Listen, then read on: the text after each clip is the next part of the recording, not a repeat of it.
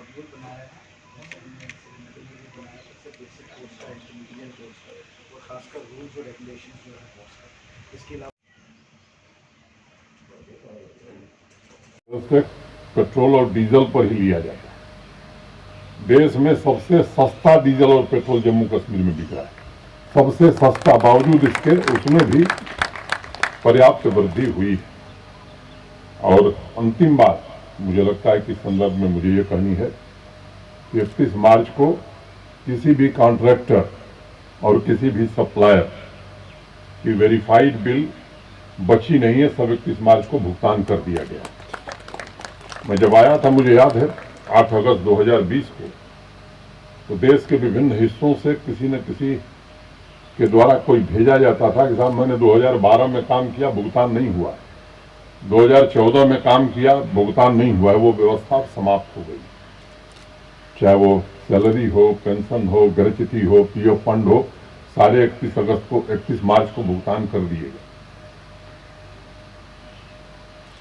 और यही नहीं, जो सेंट्रली स्पॉन्सर्ड स्कीम्स हैं उनका भी स्टेट शेयर हमने 31 मार्च को पूरा जमा कर दिया। कोई विभाग नहीं जिसका पैसा नहीं जमा हो गया। इस बार कोई हुंडी भी नहीं ली है, बल्कि पिछले वर्ष की ली गई हुंडियां 2 वो भी हमने क्लियर कर दिया। ये एक नई व्यवस्था है। और जो विरासत में जम्मू कश्मीर बैंक से कर्ज लेकर के पेंशन चुकाया जाता था, उसमें भी एक बड़ी धनराशि इस बार हम लोगों ने जम्मू कश्मीर बैंक में जमा की है। और कल मुझे एनटीपीसी के चेयरमैन सीएमडी आए थे, पावर ट्रेडिंग कॉरपोरेशन के सीएमडी आए थे। उन्होंने कहा साहब पहली बार 22 साल में हम लोगों को पैसा मिला है जम्मू कश्मीर प्रशासन से। बिजली हम लेते थे, पैसा नहीं देते, तो ये पहली बार ऐसा हो सका है।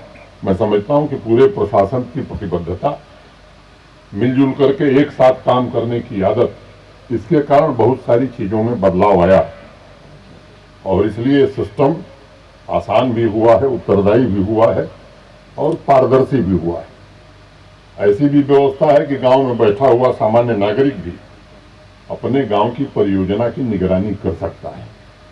वो देख सकता है कि उस परियोजना के लिए, उस प्रोजेक्ट के लिए प्रशासन ने कितना पैसा खर्च किया है और काम कैसा हो रहा है। आज कोई भी काम बिना एडमिनिस्ट्रेटिव अप्रूवल के और ही टेंडरिंग के नहीं हो पा रहा है। मैं आप सबके ध्यान में है कि 15 साल, 20 साल, 25 साल में परियोजनाएं पूरी नहीं हुई और इसलिए लैंग्वेजिंग प्रोजेक्ट, एक नई योजना यहां शुरू हुई। और कभी कभी तो आश्चर्य होता है, अभी जम्मू के लिए गलडनी का पावर स्टेशन मैं समझता हूं कि जीता जागता उदाहरण है।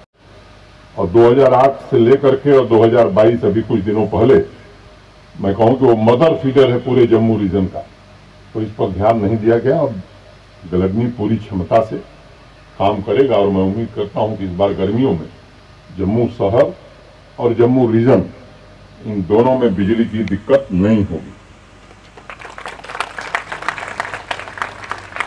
प्रोजेक्ट किस लिए बने? सामान्य आदमी के जीवन में बदलाव के लिए बने या किसी के विम्स पर बने, इन दोनों स्थितियों में बड़ा अंतर होता है। एक बार जब बैक टू विलेज कार्यक्रम शुरू हुआ था, मुझे स्मरण है, तो अभी जो चीफ सेक्रेटरी हैं अरुण मेहता जी, उन्होंने कहा कि बहुत सारी बिल्डिंग बनी है जिनका कोई उपयोग नहीं है, वो केवल इसलिए बना दी गई कि ठेकेदार साहब को काम करना था, इंजीनियर साहब की रुचि थी और किसी नेताजी का आशीर्वाद था। ऐसी उस समय 1586 बिल्डिंग प्रशासन ने प्राप्त की थी, अभी और भी हैं। तो इस तरह के अनेक काम पिछले दिनों हुए। इन दोनों कसौटियों पर कस करके समावेशी विकास की परिकल्पना को हकीकत का जामा पहनाने की कोशिश हो रही है। यहाँ जो बच्चे उपस्थित हैं, मैं उनसे कहना चाहूँगा कि सपने देखना छोड़ने की जरूरत नहीं है। अगर आप में काबिलियत है, अगर आप में इच्छा शक्ति है, तो प्रशासन पूरी कोशिश करेगा कि आपकी हर प्रकार से मदद की जाए और आपकी प्रतिभा को निखारा जाए। स्पोर्ट्स एक्टिविटीज़ के प्रमोशन के लिए पहली बार स्पोर्ट्स पॉलिसी जम्मू कश्मीर में लंबे समय बाद बनी है। 2014 से हमारे प्रतिभाशाली खिलाड़ियों को एक न्यायालय के आदेश के कारण या मैं कहूं कि कुछ लोगों की मिली भगत के कारण सरकारी नौकरी नहीं मिलती थी। अब जिन लोगों ने स्पोर्ट्स के क्षेत्र में उत्कृष्ट प्रदर्शन किया है उन्हें गजटेड से लेकर के नॉन गजटेड पदों पर नौकरी देने का अभियान भी शुरू हुआ। अभी आप जम्मू में ही राष्ट्रीय आर्चरी प्रतियोगिता पिछले महीने ही संपन्न हुई है। देश के विभिन्न राज्यों की टीमें आई हैं और इस वर्ष प्रशासन ने तय किया है कि 17 स्पोर्ट्स की विभिन्न विधाओं में राष्ट्रीय स्तर के इवेंट जम्मू कश्मीर में आयोजित किए जाएंगे।